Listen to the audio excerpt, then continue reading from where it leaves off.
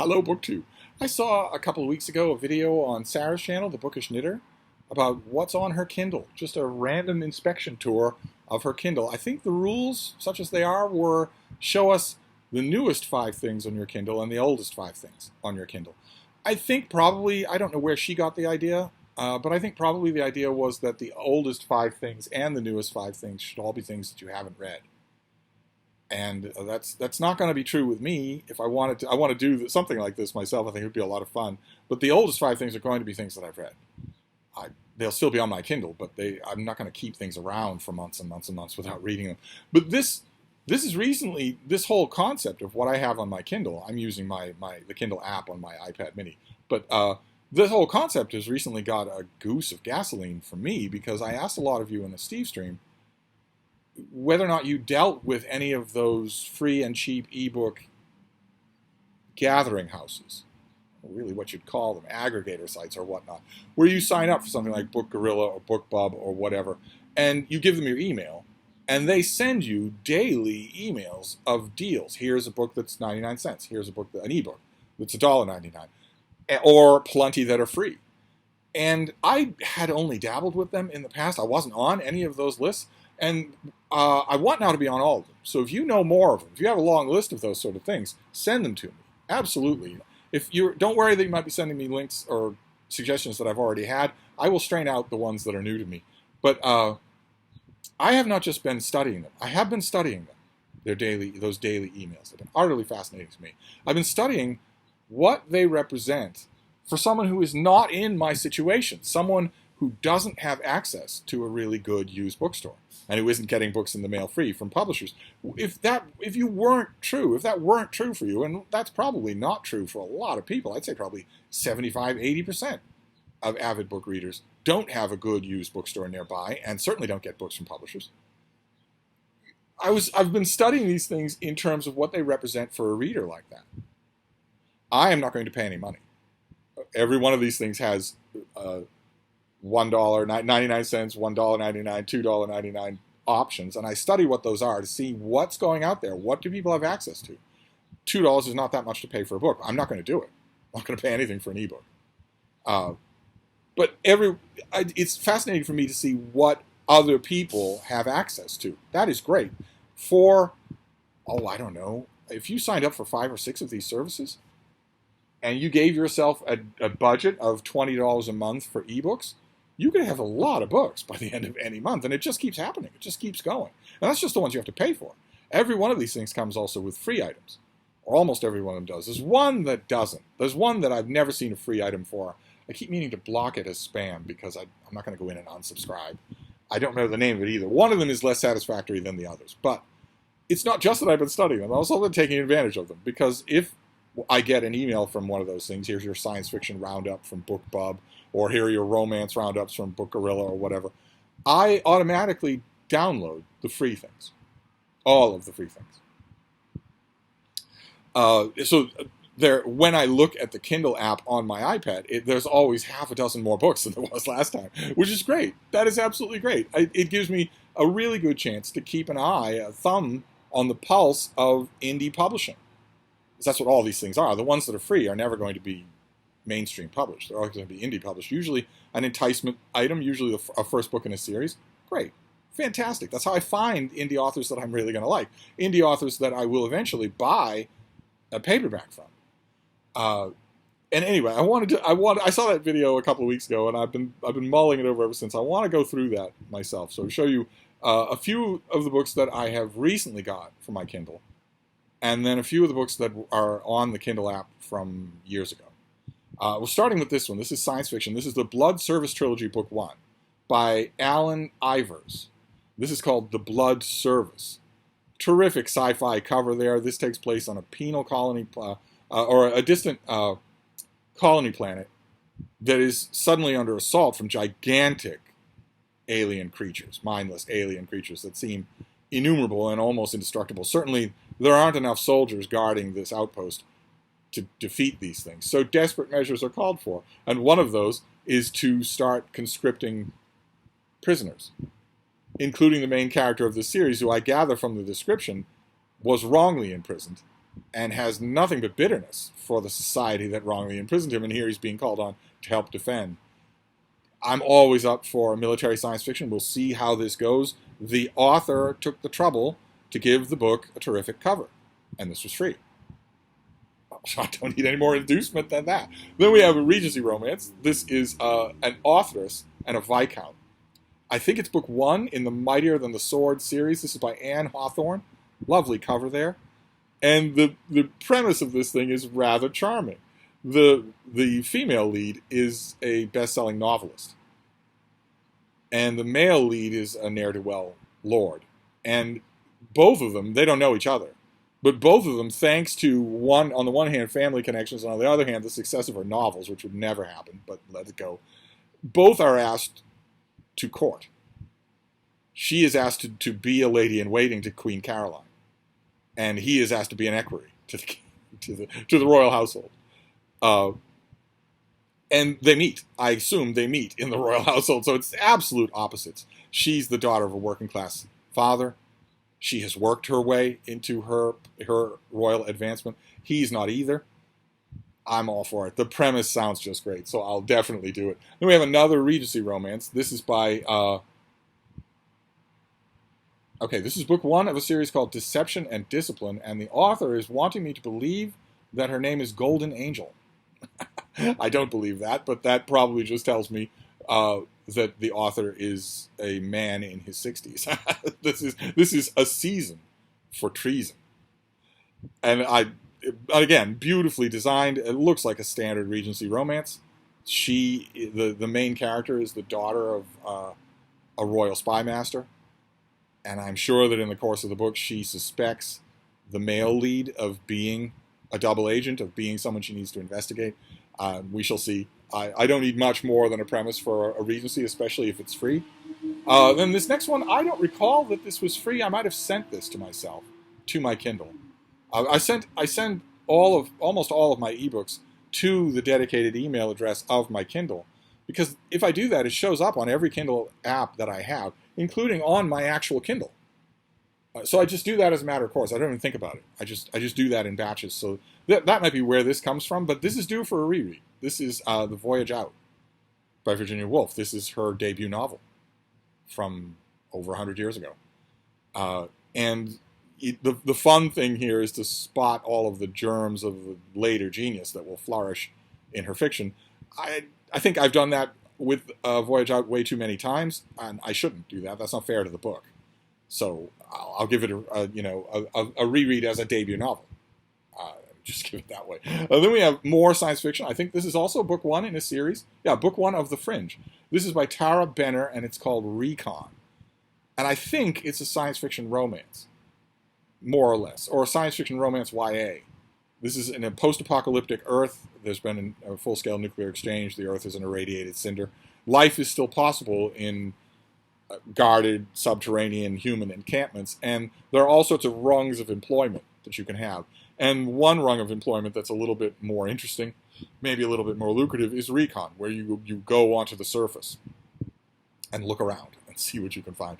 And a plucky young woman is assigned to a gruff Recon manager's team. I have a feeling there's going to be an element of romance between the two of them, much like in Divergent, for instance. But I'll be interested in the world building here. I'll be interested in seeing, as I always am with these things, I'll be interested in seeing how much conviction the author brings to creating their own world. I love that in indie authors. Absolutely do. Same thing with this next one. This is book 1 of the Rosteval saga. This is called The Altar of My Fate. And Rosteval is the main character, and he is a kind of badass barbarian warrior. So this is sword and sorcery stuff on a broader scale. I gather from the description that I've read that this is a little bit more dynastic and court intrigue-y than, for instance, a stereotypical Conan novel. It's a big badass warrior, but he falls in love with a beautiful slave girl. But it seems to me that there's probably more political world building going on here than if we were to look at the classic Conan stories, where there's lots of political world building, but Conan is usually hitting it adjacent until he cuts off somebody's head and becomes a king. Until then, he's usually adjacent to all of that stuff. It seems like it's going to be more central here. Again, a beautiful design. Book 1 in a series, free. Absolutely. That has been the benefit of these ebook aggregator offering sites. That's been the unbelievable benefit of them. Want to know which of those things you sign up for. Where are your bargains from? Where do you get your ebooks? Do you have a long list of these things? Tell me what the list is. Do you have other schemes that you go through to find bargains? How do I sign up for the Amazon Daily Bargain? I have no idea how to do that. I'm a Prime member. Does that put me in the path of good downloads? I want to know, especially stuff like this, because I love indie publishing. I love how good it is. Look at the books that we've seen so far, and then cast your mind back, if you're old enough, to what self-published books looked like 15 years ago. There's no comparison whatsoever. These things are completely professional. These people have hired professionals to do the covers of their books. They've hired professional editors to do the insides. They've hired everybody they need to outsource. They can't hire anyone to write the book. But they know they've got something they believe in. They save up the money. They look around. They do the research. They come out with these wonderful-looking things. No difference between these and a mainstream publishing book, except the greater profit margin for the author. So I want to know more about these things. But anyway, I always say on this channel that I'm amazed that indie authors don't send me more of their books so that I can talk about them on this channel, even if I end up liking them. That's still helping you a lot. That's still putting your book in front of 1,000 readers. But they don't, because they hate me, because I smell.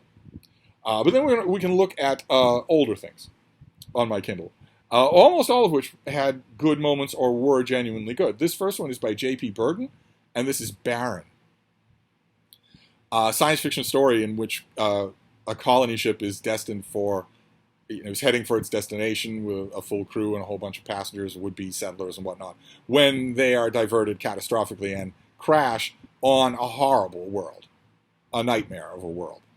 And it's a great. I don't remember if this is the first part of a series or not, but this was terrifically gripping. Just terrifically gripping. Really gets down to the nitty-gritty of what your problems would be if that happened.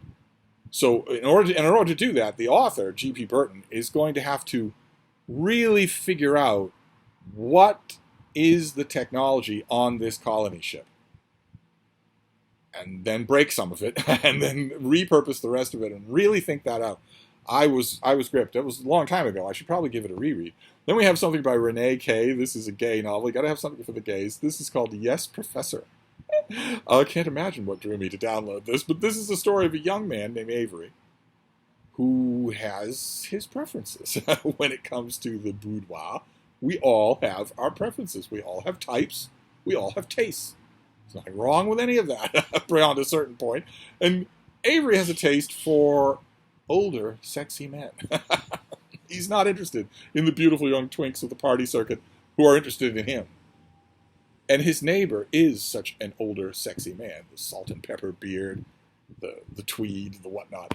And all Avery wants is a chance to find out if maybe he can be a part of this guy's life. And it's very sweetly done.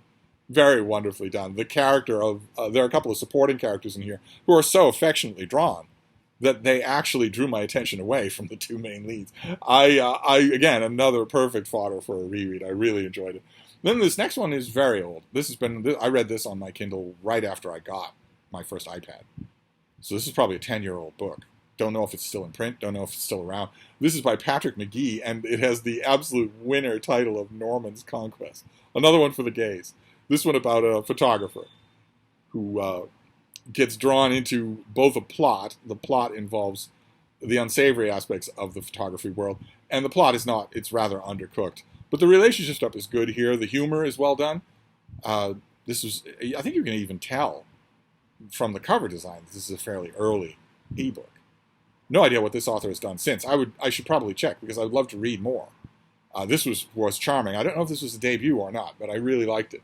And then we can finish up with another classic that's been on my Kindle for a while, but I read it when it was a hardcover before most of you were born. I read its author in his column long before most of you were born. This is Russell Baker, and this is his great book, So This Is Depravity, with a new cover. My hardcover did not look like this.